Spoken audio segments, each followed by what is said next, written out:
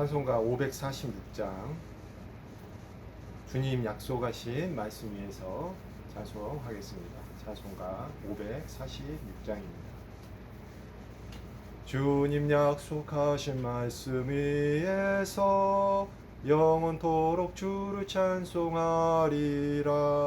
소리 높여 주께 영광 돌리며 약속 믿고 굳게 서리라.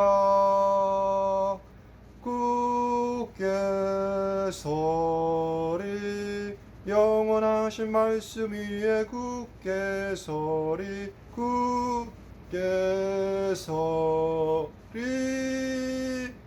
그 말씀 위에 굳게 서리라.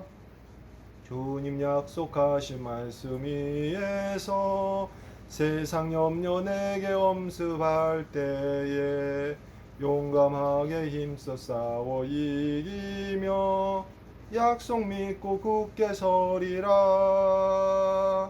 굳게 서리 영원하신 말씀 위에 굳게 서리 굳게 서리 그 말씀 위에 굳게 서리라. 주님 약속하신 말씀 위에서 영원하신 주의 사랑 힘입고 성령으로 힘써 싸워 이기며 약속 믿고 굳게 서리라. 굳게 서리 영원하신 말씀 위에 굳게 서리 굳게 서리 그 말씀 위에 굳게 서리라. 주님 약속하신 말씀 위에서 성령 인도하는 대로 행하며 주님 품에 항상 안식 얻으며 약속 믿고 굳게 서리라. 굳게 서리 영원하신 말씀 위에 굳게 서리 굳게 서리 그 말씀 위에 굳게 서리라. 아멘. 오늘 하나님께서 저희에게 주신 말씀은 여호수아서 1장 10절에서 18절까지 말씀입니다. 여호수아서 1장 10절에서 18절까지의 말씀입니다. 제가 봉독하도록 하겠습니다. 이에 여호수아가 그 백성의 관리들에게 명령하여 이르되 진중에 두루 다니며 그 백성에게 명령하여 이르기를 양식을 준비하라. 사흘 안에 너희가 이 요단을 건너 너희의 하나님 야훼께서 너희에게 주사 차지하게 하시는 땅을 차지하기 위하여 들어갈 것임이니라 하라. 여호수아가 또 루벤 지파와 갓 지파와 므낫세 반 지파에게 말하여 이르되 야훼의 종 모세가 너희에게 명령하여 이르기를 너희의 하나님 야훼께서 너희에게 안식을 주시며 이 땅을 너희에게 주시리라 하였나니 너희는 그 말을 기억하라.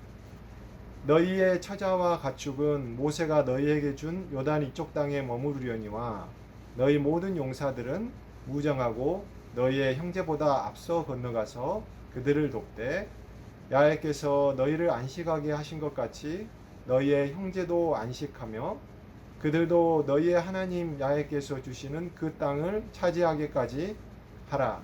그리고 너희는 너희 소유지 곧 야훼의 종 모세가 너희에게 준 요단 이쪽 해 돋는 곳으로 돌아와서 그것을 차지할지니라.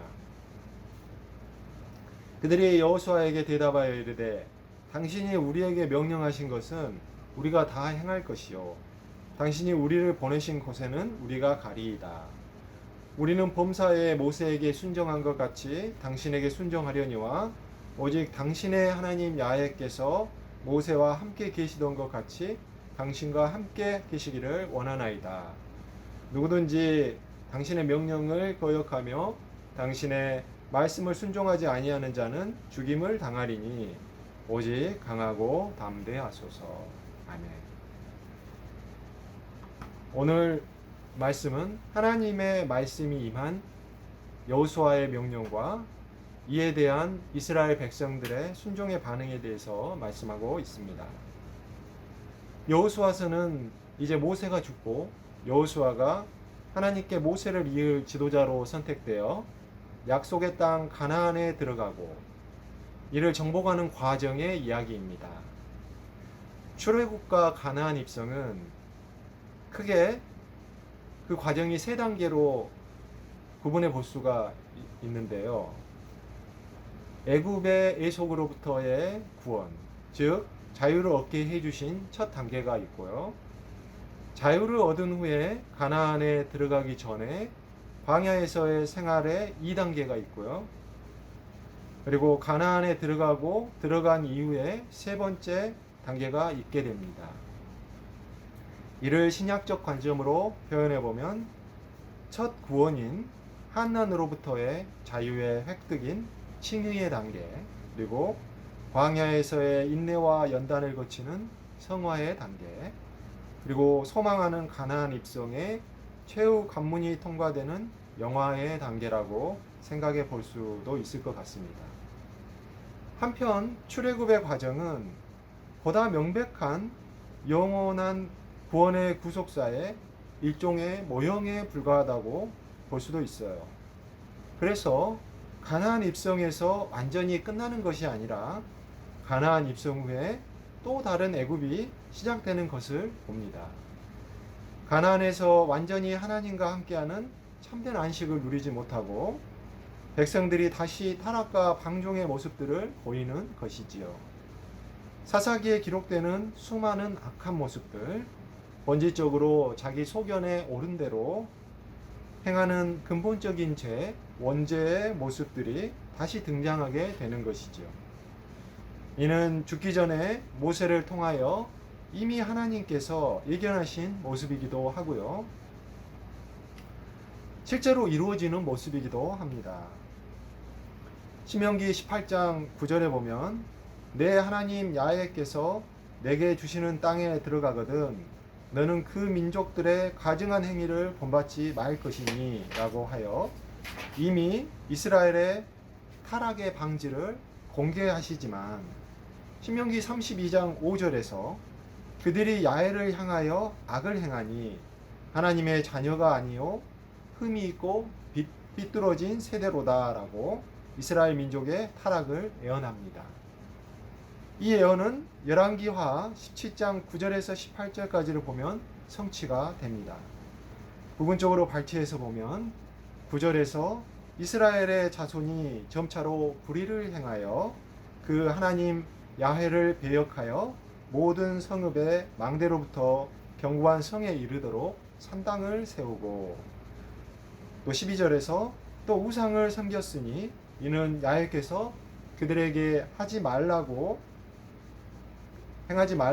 말씀하신 일이라 하며 14절에서는 그들이 듣지 아니하고 그들의 목을 곧게 하기를 그들의 하나님 야훼를 믿지 아니하던 그들 조상들의 목같이 하며 결론적으로 17절 후반부에서 야훼가 보시기에 악을 행하여 그를 경노하게 하였으므로 그리고 18절에서 야훼께서 이스라엘에게 심히 노하사 그들을 그의 앞에서 제거하시니 오직 유다 지파 외에는 남은 자가 없으니라 라고 말씀합니다.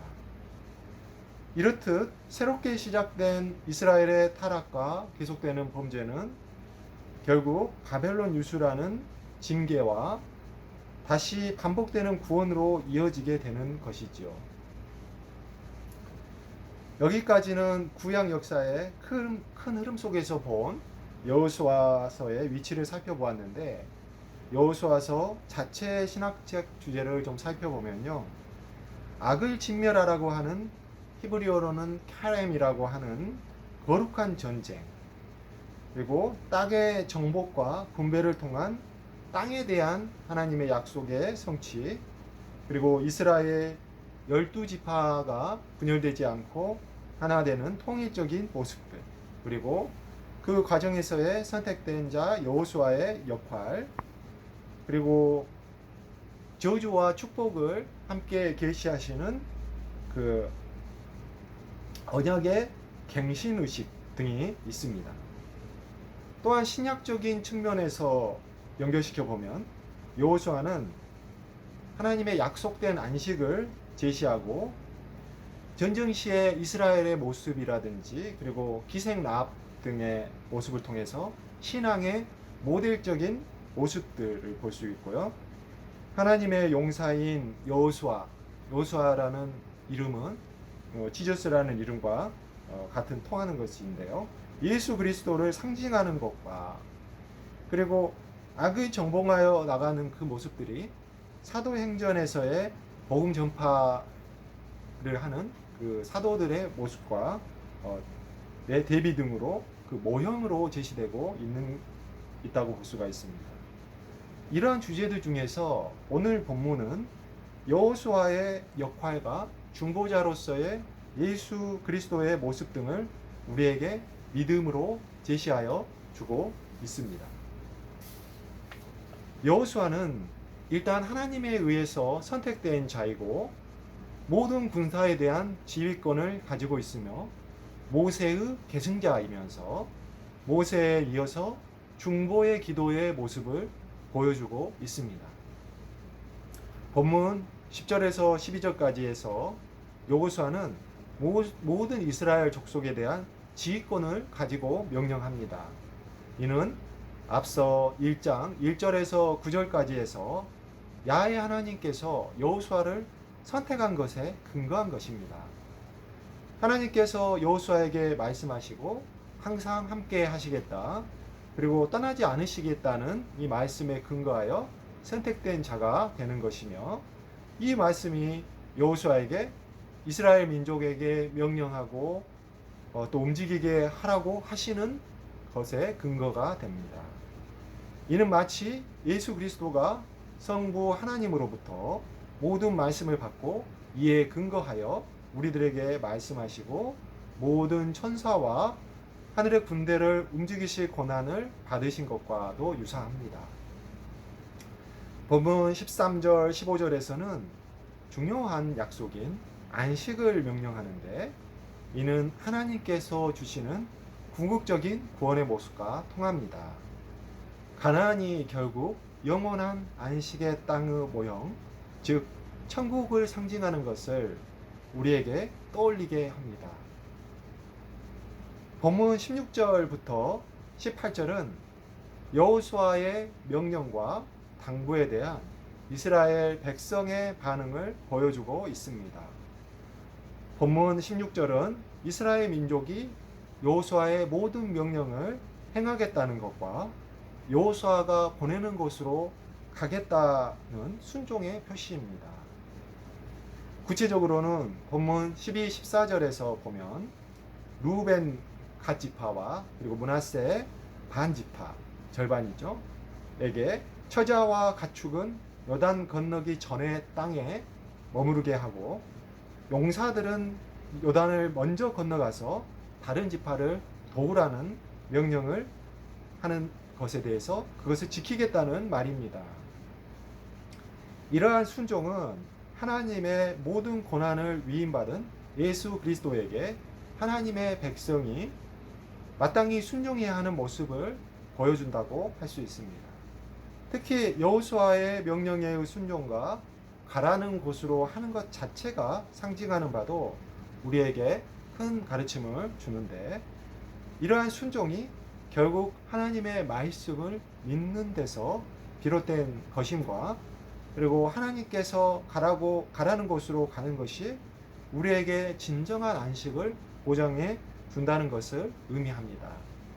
왜냐하면 하나님께서 가라는 곳으로 갔을 때 그곳에는 하나님께서 100% 함께 하실 것이기 때문에 하나님께서 함께 하시는 것이 참된 안식이라는 측면에서 그런 것이죠.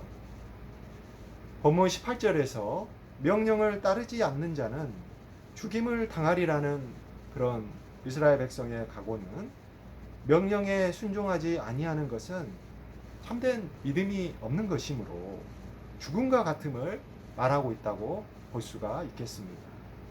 이러한 죽음을 각오한 순종으로서 여호수아에게 강하고 담대하시라고 하나님의 말씀을 이스라엘 백성이 역으로 상기시킴으로써 하나님께 영광을 돌리고 있는 모습을 봅니다. 우리가 예수 그리스도를 믿는 믿음을 가지고 순종을 함에 있어서 죽음을 각오할 때 이것은 하나님께 영광 돌리는 모습이 될 것입니다. 오늘 말씀을 정리하며 보면요, 여호수아의 권능의 근원이 하나님임과, 그리고 그 권능이 이스라엘 백성에 대한 여호수아의 모든 권세를 보증하였고, 이스라엘 백성은 그 권능의 순종함을 보았는데, 이는 예수 그리스도의 권능과 이 권능의 절대성과, 그리고 이 권능의 순종이 결국 하나님께 모든 영광을 돌리는 것임을 우리가 배울 수 있었습니다. 오늘 말씀처럼 저희가 하나님으로부터 나오는 예수 그리스도의 권능의 말씀에 순종함으로써 참된 안식에 거하고 하나님께 영광 돌리는 성도들이 되시기를 주님의 이름으로 축원드립니다. 오늘 말씀에 생각하시면서 기도드리겠습니다. 사랑하는 주님, 오늘 여호수아에게 하나님의 함께 하시겠다는 권능과 그 선택의 메시지를 제시해 주시고, 그리고 여호수아가 뭐 그렇게 모세보다 잘난 것도 없고 어떻게 보면 또 열등한 위치에 그런 자존감을 가지고 있었을 것이었는데, 그러나 그것이 하나님께로부터 나온 것이기 때문에 강하고 담대하라는 그 말씀의 근거에서 강하고 담대하게 이스라엘 백성들에게 명령하고, 또 백성들은 그리고 그 강하고 담대한 그 하나님의 말씀의 근거에서 여호수아에게 다시 강하고 담대함을 상기시키는 그 순종을 통해서 이런 모습들을 저희가 보게 됩니다. 이 모든 것이 시작부터 그리고 과정과 끝까지 하나님께로부터 나왔던 것임을 저희가 보고, 또 그것이 바로 하나님께 영광 돌리는 모습임을 그 전체를 통해서 저희가 배울 수 있게 해주시니 감사합니다. 하나님, 그러나 이것은 그 장차올 영광, 모세가 그 수건으로 얼굴을 가리듯이 하나님, 이것은 그 모형이었기 때문에, 그리고 그것은 또 없어질 것이었기 때문에, 그리고 가나안에 들어감으로써도 이스라엘 백성은 또다시 범죄하고 타락하였고, 그리고 또 하나님은 이를 징계하시고 또 구원하시는 그러한 역사를 또 보여주십니다. 그러나 저희가 이제 신약시대에 와서 예수 그리스도의 참된 영광, 사라지지 아니할 영원한 영광을 봄으로써 하나님, 저희는 이제 정말 영원한 참된 안식에 거하고, 저희가 이제는 살아서 주를 믿는 자는 영원히 죽지 아니할 것이요, 저희가 아버지 영생에 거함을 저희가 이제 믿음으로 고백을 합니다. 하나님, 저희가 이제 영생에 거하는 것은 정차 영원히 없어지지 아니할 그 영광 가운데 거하는 것이고, 이제 예수 그리스도의 말씀을 이 믿음으로 순종하는 삶을 살고 하나님께 영광 돌리는 것임을 저희가 믿음으로 고백을 합니다. 예수 그리스도께서 저희와 함께 하시고, 예수 그리스도께서 함께 하시는 것이 바로 참된 안식이고, 저희의 영원한 영광과 평강에 하나님의 주시는 그 한량없는 은혜임을 저희가 감사하며, 예수 그리스도께서 오늘도 저희와 함께 하시고 또 저희에게 평강과 모든 권세와 그리고 사단 마귀를 물리칠 그런 권능을 주시기를, 죽기까지 하나님과 동등한 본체이시나 죽기까지 순종하셔서 자기 몸을 낮추사 종의 형체로 오셔서 저희를 위해서 십자가의 죽으심으로 순종하시고 또 그 권능으로 다시 살아나신 예수 그리스도의 이름으로 감사하며 기도드렸습니다.